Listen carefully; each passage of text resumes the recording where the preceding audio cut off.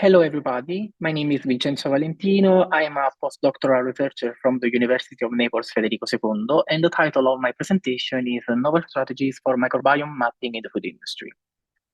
Basically, we know that in the food industry, microorganisms are present on surfaces during the food processing. However, even though we clean the surfaces, we know that a bunch of microorganisms are still present on these surfaces. Basically, the microbial loads resisting on surfaces after the cleaning and disinfection is quite limited. So they are difficult to be studied using current methodologies. So we wondered who is there, what can they do, and also why and how do they survive? To answer these questions, we applied the standard operating procedures developed within the master project, which are based on detection and study of the microbial DNA. To answer this question, we test the procedures in two industrial settings. One produced the minimally processed vegetables, while another one produced ice cream. What we did was basically collecting environmental samples after the cleaning and disinfection, collection of ingredients and products from the first production following the environmental sampling, and then in the laboratory, processing of samples, detection of DNA, and data analysis according to the standard operating procedures developed.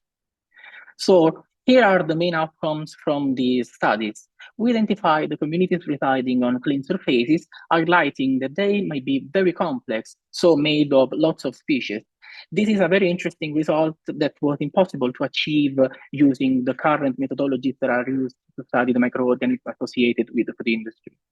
Also, we detected microorganisms genes involved in production of biofilms. Biofilms are thin layers strongly attached to surfaces, embedding and protecting many microorganisms from disinfectants. Our results also are in accordance with the previous evidence, which suggests that the presence of these biofilms might also lead to selection of superbugs. There are microorganisms that show antimicrobial resistance to several compounds. Finally, we also predicted that a great proportion of resistant microbes living and selected on clean surfaces might be transferred to the final product.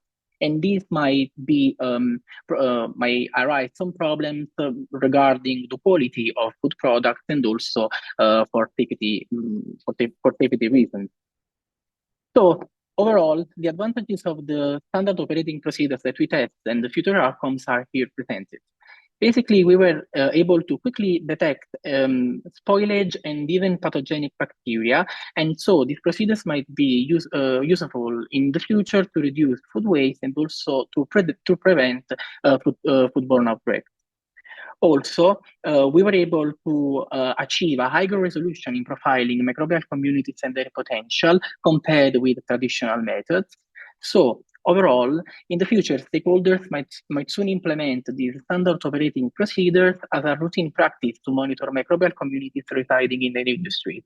This may be very useful to develop ad hoc sanitation strategies that are tailored towards some specific microorganisms that need to be eradicated from the specific industry. So thank you for your time.